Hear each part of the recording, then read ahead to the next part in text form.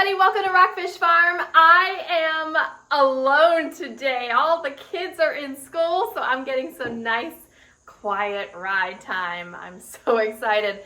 This is Reese's Pieces. We just got her this past April, so she's one of our newer horses. She is a 6-year-old mare. She is a paint. Yes, a paint. She's a liver chestnut and she has no color on her. So she is super sweet, but I am starting to train her now that my daughter is in school. We've been riding the heck out of her, but my daughter is more of a timid rider, and I think she is starting to feel that. And so we need to get some schooling in here on her a couple times a week. So I am starting her with the program that I use for training. I'm just going to take you along with it. I am so excited to work with her. So I'll tell you what she's been doing. She's been kind of stopping at jumps a little bit. She's been backing up a little bit, and I've been working with my daughter on how to get her to move forward with those things that she's showing. But I think me riding her, coming in as a stronger rider, will really help her. So let's get groomed and tacked up, and then we'll head to the ring and I'll take you along for our ride.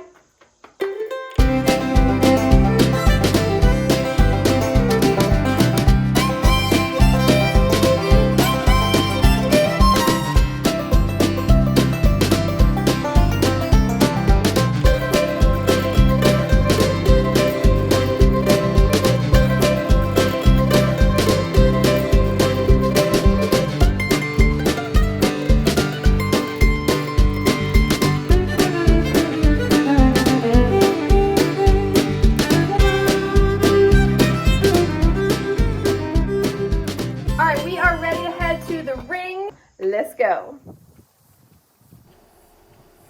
All right, so we're just getting started. It is such a beautiful day today. Oh my goodness, the breeze is blowing. It's a little bit cooler. This is such a treat in August. So right out of the gate, I am just checking my brakes. So I'm doing 1 rein stops. I'm always starting with this. I want to make sure she can walk, trot, and canter on a loose rein, and then come back to me when I ask her. She doesn't have a really great stop, so I'm just kind of working on that first to kind of get that in check.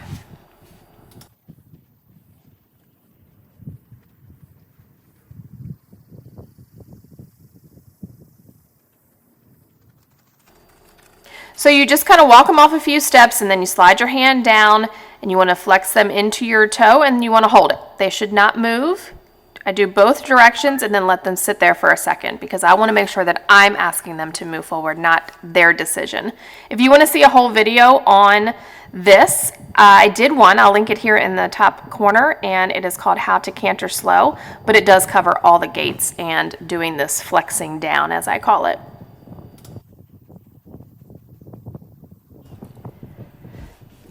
All right, we are picking up the trot here, and once you get them good at the walk, you can move on to the next gait. This is a great warm-up. So instead of just circling them around and around on the rail, you're putting their feet to work, putting their brain to work, really getting them thinking and working on getting them lighter in that bridle, more responsive to your aids. And when you do this every single day, it's going to make a change in them.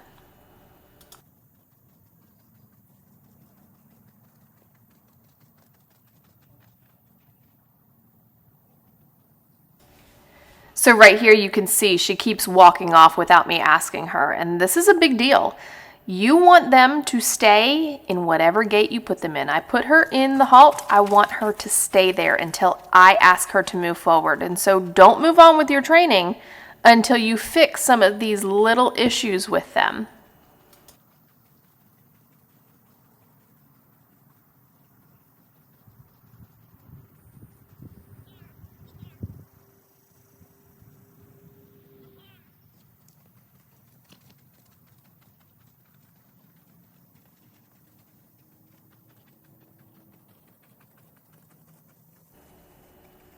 Here's another great warm-up that I always do, and this is called letter circle. So I spend a few minutes with this.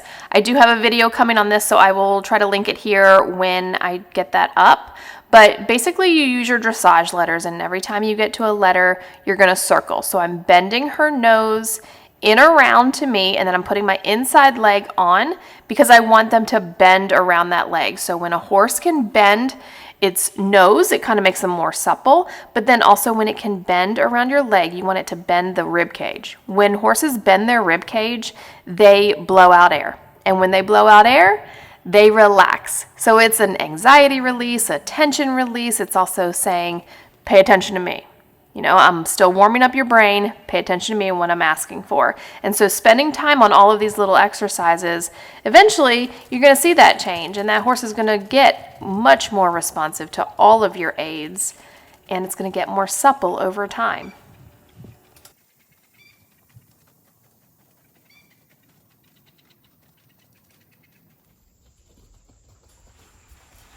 Okay, so this is the gait we're going to spend the most amount of time in.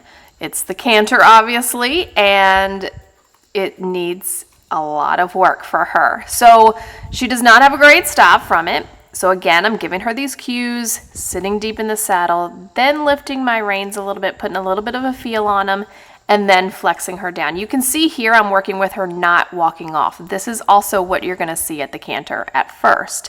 They're going to just think so forward that they don't even want to stand still. It's like their adrenaline is running and pumping, and we want them to just think slow.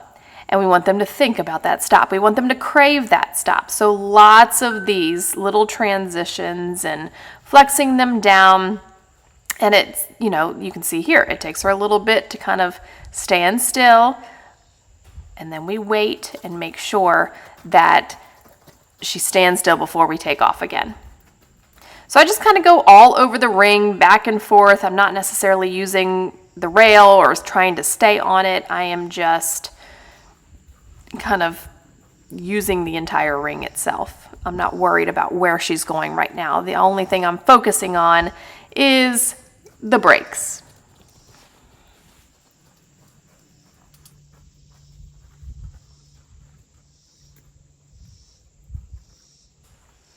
And it's going to look and feel sloppy at first. When you first start doing these, it's going to look and feel sloppy. And eventually they're going to get a lot cleaner and smoother. So at the canter, you're not going to just reach down and flex them, because that's going to throw them so off balance you can probably knock your horse over. So I'm giving her these subtle cues first. So it's first I'm sitting deep in the saddle, then I'm lifting the reins, and then I'm bringing her down to flex to actually stop. And eventually you'll sit deep in that saddle and they'll come right back to you, which is the ultimate goal, but it's going to take time. So just a few more of these transitions. Again, this is what I spend the most amount of time on, especially in the beginning, and then we'll move on to some jumping here in a minute.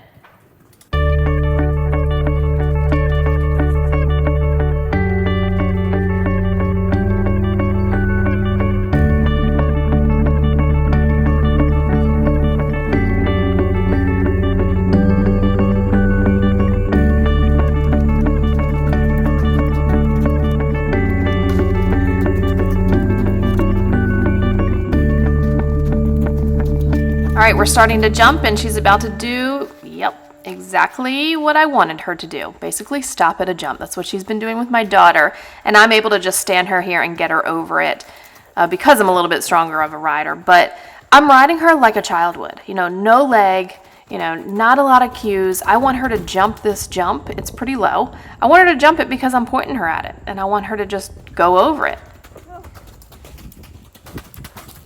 She did do this one other time, not on camera, but all the other jumps were pretty good. Oh my gosh, that was so much fun. So she stopped at one, and then I think she stopped the second one that I didn't have on camera, which I was hoping she did, because that's what she did with my daughter. And my daughter has to circle her back around, whereas I can get her to just stand there and jump it. It's low enough to do that, and just try to get her brain thinking again. You're gonna go over whatever you're pointed at, right? So I'm excited to school her. This is the first time I've really hopped on her and worked with her, and her being so young, she's got a baby brain. She thinks she can do what she wants to do, and I think she's gonna be even more amazing when she learns that she just needs to behave and do all the things that are put in front of her. And that's just going to take time and confidence building and, just consistent work. So anyways, thanks for joining me today. I hope you enjoyed it, and I hope you'll stick around and see how she progresses over the next couple weeks. We'll see you next time.